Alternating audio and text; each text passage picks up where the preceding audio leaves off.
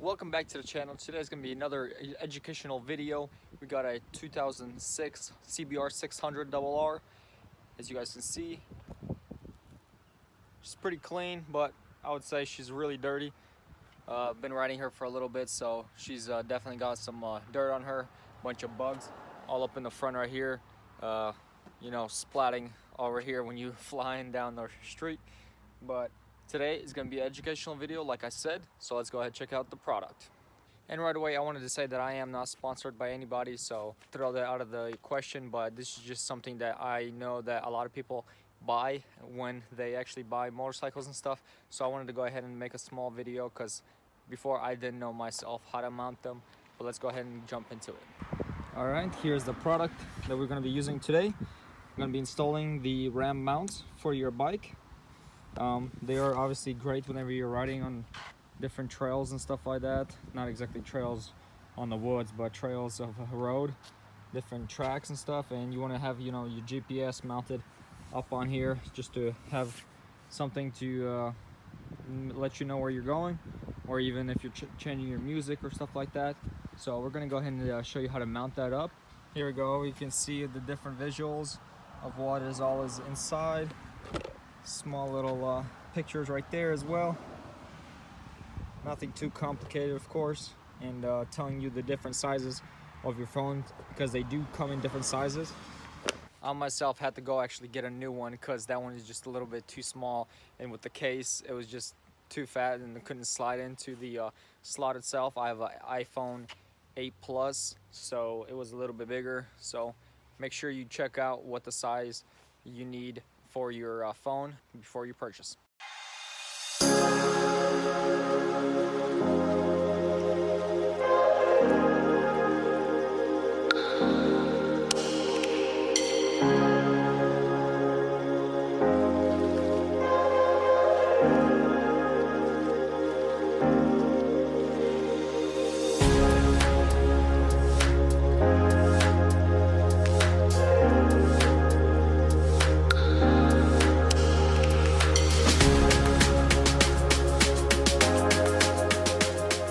So when we do open up that little package, here's all the components.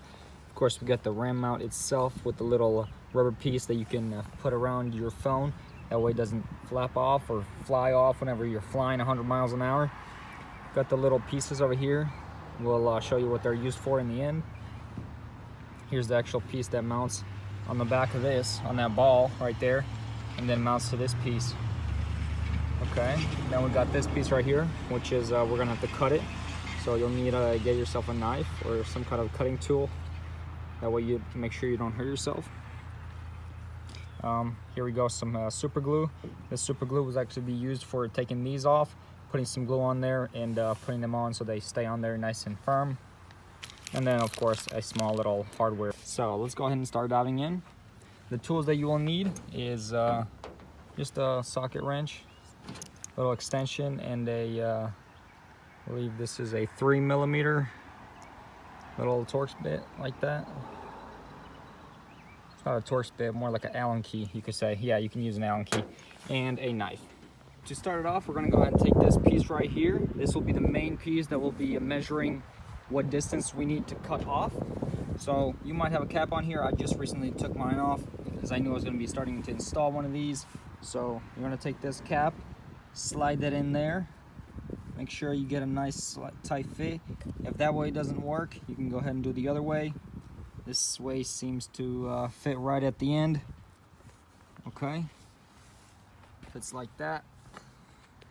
So pretty much that will be my first cutting point, is all the way up top.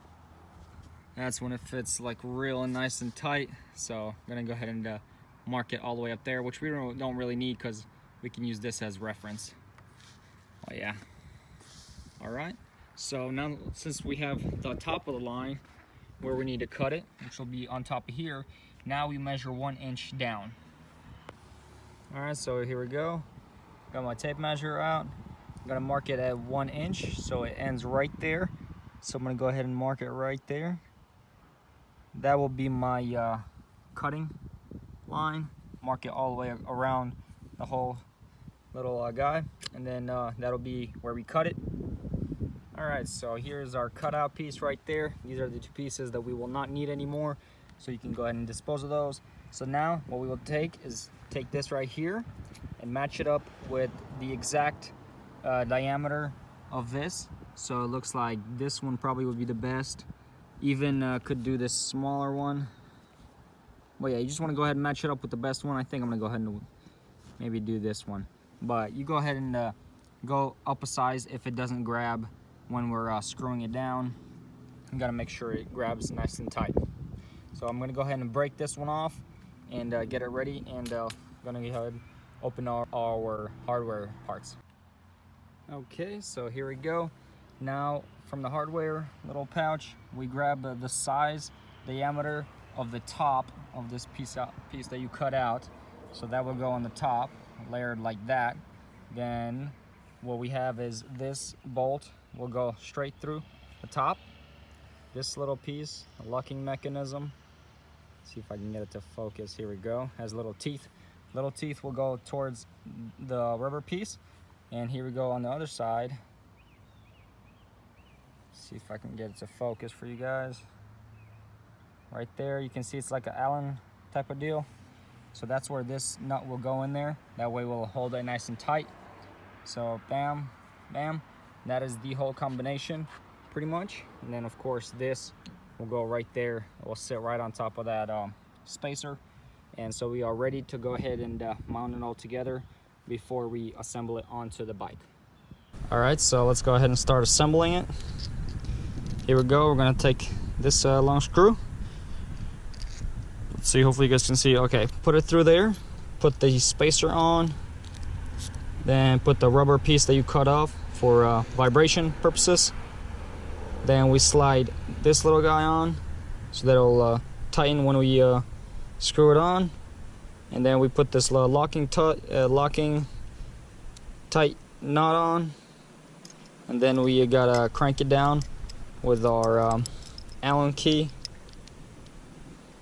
or whatever tool we're using. I'm gonna go ahead and just get it started real quick. That way we'll grab it. There we go. So here's the finished product that you would want before you start installing it onto the motorcycle. So we're gonna go ahead and head over there, and then we're gonna finish tightening it all the way. So let's go. Here we go. So now that you have just tightened it enough for it to all hold itself together, you're gonna go ahead and slide this piece in as far as you can. So see, that came out and made it nice and flush. That rubber piece went all the way in. So when we're gonna actually tighten this bolt, it's all gonna compress, and then that rubber piece is gonna spread out wider, and it's gonna make it tighter in this hole. That's what she said. That way it will protect it from vibration and coming undone. So hold it down, slowly turn it.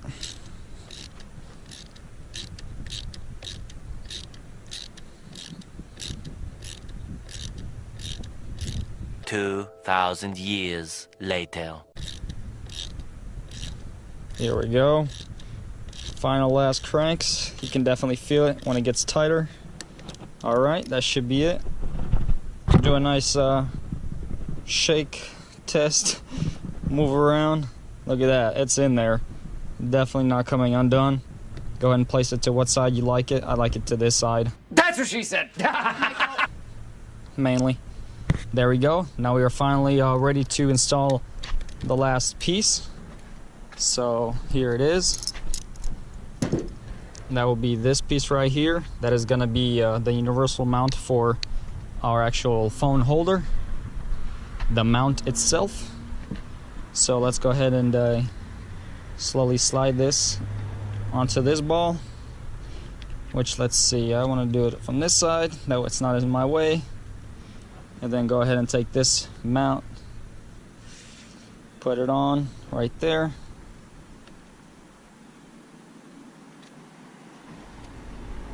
Alright, now we just go ahead and tighten it all down. I'm gonna loosen it up so I can readjust it. Here we go. Bam. That is the finished product, 100%. Let's go ahead and put some glue on these. That way they'll stay on there. So, and the kit, of course, like I said earlier, comes a little super glue. I like to go ahead and take these dots off, I believe that they're called. Just, I don't think it's cut yet. Yeah, no. Alright, so let's go ahead and cut it. Here we go. Nice and cut. Now what we're gonna do, take these, pour some in here. Doesn't need a lot, just a little bit. Go and slide it on there. Of course, make sure it's on straight. There's the first one. Let's get the second. Here we go. See, R facing up. Okay. Right on. Very nice. I'm gonna go do the same for these. Alright. Perfect. Same with this last one. Right on. Alright, so there we go. We got our mount 100% ready. We can go ahead and test our phone. Let's see. This is gonna be my phone without the case itself right now, so it looks big, right? But once it snugs it up, it's nice. Let's go ahead and get my case just so you guys can see for reference what it will look like. Alright, so I pretty much have a typical, you know, OtterBox. I like it nice and durable just because I work around cars all the time, and most of the time I drop my phone. So here we go, we can test it out. Look at that. Spacing is perfect. I mean, that phone's not going anywhere. I've had this type of mount before on my old bike, and it did really well. I mean, just sitting on the bike like this, really nice. That way you can, you know, if somebody's calling you, you can pick up the phone, which I have it on my Sena 20S Evo, which, you know, it's a little bit easier, but this way I can change music, stuff like that, you know, look at directions, have my GPS on here, things like that. But yeah, I hope you guys enjoyed this little video. And also there's these rubber straps which you use to put it around your phone like this, make it even tighter, so that this phone pretty much definitely not going anywhere, you know. So, but yeah, it comes all from 4 sides. There we go.